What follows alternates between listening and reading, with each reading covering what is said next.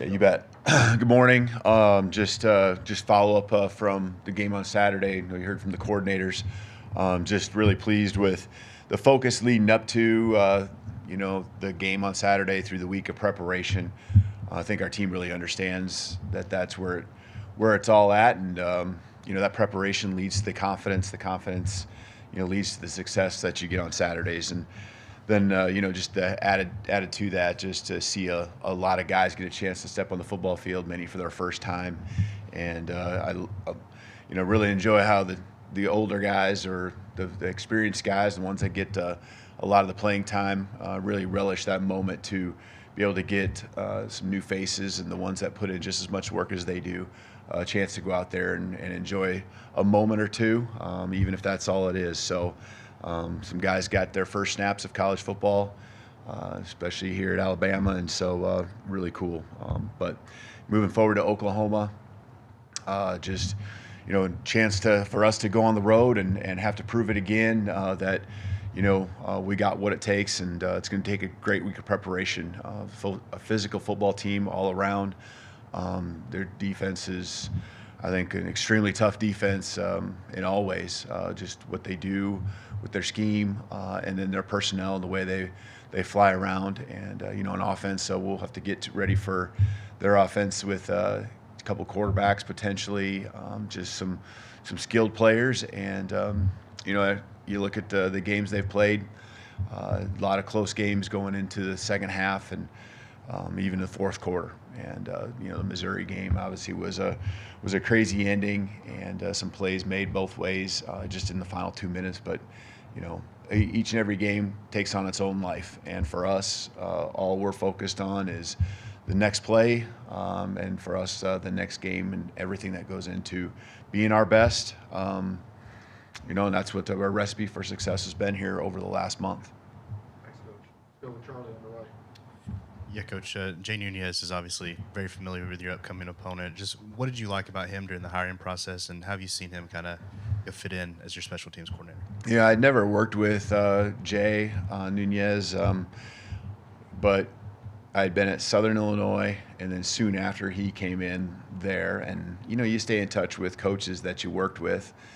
And then I went to Eastern Michigan, and then after I left there, he went to Eastern as well. And so the name kept, following kind of where I was at, not necessarily, obviously in my position, but just, seemed to be on, a guy that really the staff related to well, heard nothing but great things. And then when it came to production and just the variety of things that he did, mostly with special teams, but also coaching positions, just a really, really great football coach. And I think what he does for us in bringing things together for our team, it's he touches pretty much every player, coaching the schematics or coaching the special teams, and every player's in those meetings at some point throughout the week. And so he does a good job just relating to them. He keeps them excited about special teams and understand the significance, not just to our team now, but the value it can bring them as they continue their careers well beyond their days playing here at Alabama. So he's he's done a great job. But I had identified him over the years as a guy that's done the right things and gone through the ladder of coaching at different levels, and so just really pleased with what he's doing for us right now with special teams. Jump over to the far left to Chase. I want to ask you about the two locals in the freshman class from Tuscaloosa, William Sanders and Kevin Riley. I think they both played a little bit against Mercer at the end. How have they developed this season? How do they look for the future? Yeah, I really like what their future looks like here, and with William, the thing I've really noticed is, you don't get a chance to see him on the field much on Saturdays, right? Or at all. Hardly got, I think, a snap in on Saturday. And the cool thing, he was just as happy to let other guys go out there who will probably not get many chances in the rest of their career to go out there in the football field. And took advantage of his opportunity. But he works so hard, and he is becoming extremely strong in the weight room, and that's only going to translate to him being really comfortable when his time comes here. I mean, he's got to be ready anytime, but in the days the next spring and moving forward. But he's got a great attitude, great personality about him. I think he really enjoys being here. With Kevin, explosive guy. I think he's learning a lot from the upperclassmen, Justice and Jam, just as far as what it takes to come in every day and have that workman-like mentality. So Coach G's coached him up. Gets out there and you feel very comfortable with him that he's going to know what his job responsibility is and that he can go make the play. So really like what those two guys are doing right now in our program as they develop. Go to Emily Grace in the middle of the room. Coach, you mentioned how cool it was to give some of those walk-ons their moments on the field. From your perspective, what was that like, and can you go into a little more detail about the conversations following and their significance to this program? Yeah, their significance. There's not a lot of glitz and glamour to what they do, but it was brought forward to me here just a little bit ago. Booker making comments. Of course, I heard the comments he's made in the weight room or in the locker room after the game, but just comments that different players have made publicly, just getting brought to my attention before I came and spoke with you. And that's what makes me proud, is that our guys that are playing on Saturdays and that they're getting, and they understand how much work is being put in by these by the walk-ons, by the underclassmen, and our team was so excited when those guys were getting a chance to get out there and make a play, and I think those are special times, and it just continues to bring your team closer and closer together. Let's go to the front right here today. Yeah, when you hired Kane and decided to bring him in, did you foresee this success in terms of getting turnovers or takeaways, I should say? One of the best in the country right now. Like, did you figure that could happen, or how did you feel about that? Yeah, I did. He did that at Indiana, and I think with the nature of some of the things that he really liked to do, and I think this year for Kane, it's been a combination of trying to incorporate what you've done in the past, but also adjusting to your personnel and maybe where your strengths are with our defense right now. And I think that's always going to be the case. You evolve as a coach based on where you're at and what that program has with its personnel that are in place and what you bring in as you recruit. But he did that at Indiana, and I remember that. And not just when I was there, but following. And he adapts. He can adjust, and he does that in the course of a game. He's done that in the course of our season. He and the staff, I think, have really done a good job gelling, working together. They tap into each other's strengths. They have, football coaches all have a different take on things at times, and I think he's done a great job at gelling, and you can see the development of our defense happening, and I think that's a huge tribute to his leadership. Let's go to front left, Katie. Jalen's now one of the few players in SEC history with 15 rushing and passing touchdowns in the same season. Just since you got here and started working with him, how have you been able to encourage him to embrace both the passing and rushing part of his game to be the best complete quarterback? Yeah, I think it just starts with doing what's best for the team. And that's what Jalen's all about, and that's really what I think triggers him, to want to win, and here's how we got to win. And, there's going to be times when you got to throw the ball, and there's times when you got to run it. And, just reps over and over and over again. He's, I think, back in a really good spot, with trust in the guys around him. There's been a little more continuity with the, practice and skill players, offensive line. There's just been more of that, and he's become more comfortable and understand what, our team needs from him to be able to win SEC football games. Let's go to Colin, staying on the front left. It's been a while. I'm curious if you have an update on Keon Sabb and kind of along with an injury update, just how it's kind of affected him, the role he's kind of played in the defense. Yeah, he had his surgery and is away from us for a few days there, but he's just a guy that really has grown relationships with the team, and we want him around here. He's one of those guys, just like the others that are done for the year too, that care so much about this team, and we care about him. And so, as far as a timeline, I can't give that to you right now. I'm not. I know it will be obviously through this season, but we expect him back and ready to roll, for next year, of course. But, that's just something that, I see him and, I love what his commitment level's been to our program. And we want to support him as he goes through these times because these injuries are hard for guys because this is not their only identity, but this is a big part of what they do. It's playing football right now. Keeping it on the front left, Tony.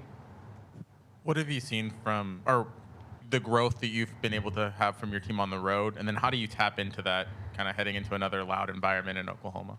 You just talking about the team in general? Yeah, just handling the road environments. You improved against LSU, and how do you tap back into that? Yeah, you learn from your experiences and understand, what it takes and the preparation and a lot of it's the offensive side of the ball, making sure just with the noise that your process is good and your procedures are good with just getting calls made and all that kind of stuff. So it was only a week ago or so that we were in that environment, and we'll be preparing again to get ready for what's going to be a great atmosphere there in Oklahoma. We'll go to the back middle there to Jamie. Hey, Coach, at this point in the season, with all the projections and all the predictions about making the SEC championship game, the college football playoff, do you have to continue to preach to your team to ignore all the outside noise? Is that pretty much an unspoken thing? Yeah, I mean, we don't really talk about the outside. We just focus on what we're doing right now because we know that if we don't take care of our business, the rest of it doesn't matter. So, and that, I guess, it seems simple. I hope it's simple for our guys, even though I understand the distractions and the noise is out there everywhere. And, I think we've really honed in and the guys really believe on, and have understood the significance of just really focusing on where we're at now. We talk about the next play is the most important play, the next game's the most important game. We haven't thought anything beyond, Oklahoma. And I even go back to this last week. I think our guys did a great job of just focusing on Mercer. I really do. I think they really honed in on trying to make themselves the best they can be, continue to get better, and that will put us in a position to where then now playing Oklahoma, we give ourselves a better chance to win. So we're really, I think, locked in on the right things right now. We're going to finish up with 2 questions in the back. We'll go to Jonathan. Yeah, Coach, big picture in a season, November is huge, right? When you look at finishing the season strong and moving ahead, your programs have had a lot of success in November. What do you think that starts and comes from, and how do you kind of continue that here this season? Yeah, just preaching the things that I kind of has discussed here, just about always improving. I think there's a off-season element to it where, you're putting in the work to be able to be strong going into the season, but then there's an in-season program to where we're continuing to get stronger as a football team. You might adjust the schedule a little bit here and there just to stay fresh. We're building more and more banked reps as we play each game, and so it's 5 minutes maybe is all that you take off of practice, but our guys are working extremely hard in the weight room. Our numbers will show that we're getting stronger there, and then I think the other part just goes again to what I said earlier. There's we call a relentless pursuit of continuous improvement, and as you improve, it leads to the rewards that you get in November. And these are the big games. These are the ones that are fun to be a part of, and the ones that you remember well down the road, as long as they go the right way. We'll finish up with Ryan in the back. Hey, Coach. Kane just talked about how he enjoyed the consistency from you every day, no matter if it's a big win or a big loss working with you. Where did you get that? Was that always the thing that you had, or is that something you got from a coach down the road? And how big is that when you have a big win or a big loss to stay consistent? Yeah, I don't know if I picked it up anywhere. I think it's just I've never been this over emotional, type of, even when you just go back to your playing days. It was just, to me, it was just about being consistent. You make a play as a player, you just move on to the next one. Things don't go your way, you move on to the next one. And so just being consistent day to day. I think as a leader, that's what the people around you need, is someone that they can count on and know what to expect when they show up to work the next day or show up to practice. when things aren't perfect in a game, that consistency in a game that, a player's not going to be nervous about coming to you. Yeah, it doesn't mean you don't get frustrated, upset, I think the biggest thing is just, people are going to make mistakes, just correct it, don't do it again. And we'll be just fine, and we're all human. And I think if I can live it and show consistency that way, that will hopefully trickle down to your staff and to your team. And so, there's many different ways to lead in a great way. I really feel that way, and that's just probably the one that fits who I am as a person.